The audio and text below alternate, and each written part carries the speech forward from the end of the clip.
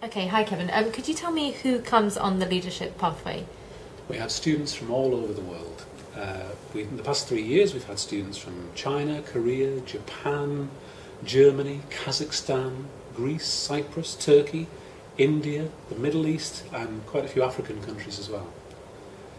Some of them are teachers in schools, some in universities or colleges.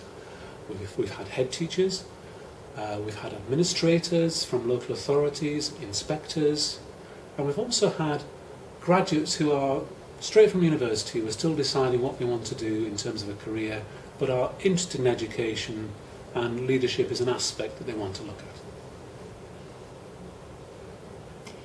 And what is the teaching like on the leadership pathway? Well, it's certainly not me standing at the front simply lecturing at people. I try to make the sessions as interactive as possible.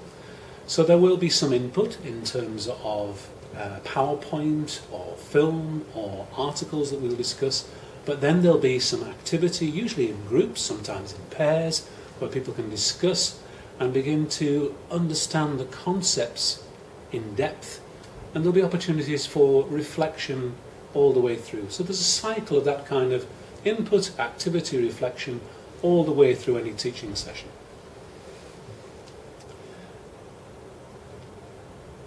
What sort of topics would the students be studying on the pathway? Well, we'd obviously be looking at leadership theories from writers from all over the world, because we don't just look at this in terms of what's happening in this country. We'll be studying strategic planning in terms of leadership, how leadership happens on an everyday basis, leadership styles, because this is quite important to people, how leaders operate. Organisational culture is a major issue and how as a leader you might influence that. And there's a more recent area of learning-centred leadership. How does an organisational leader focus on moving learning forward? So those are some of the key areas. And what are the modules available on the leadership pathway?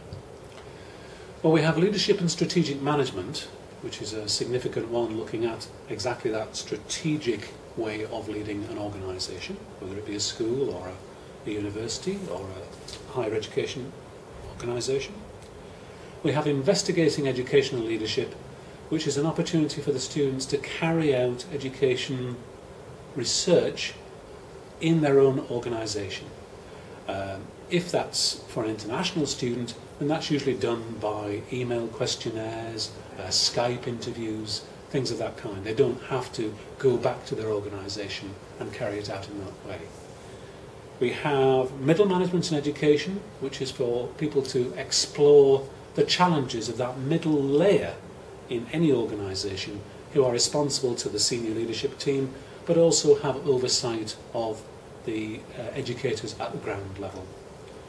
And then there's a management of change module, which again is significant in any educational organisation, and we look at the best research from around the world on how to do that most effectively. And is there a dissertation associated with the pathway?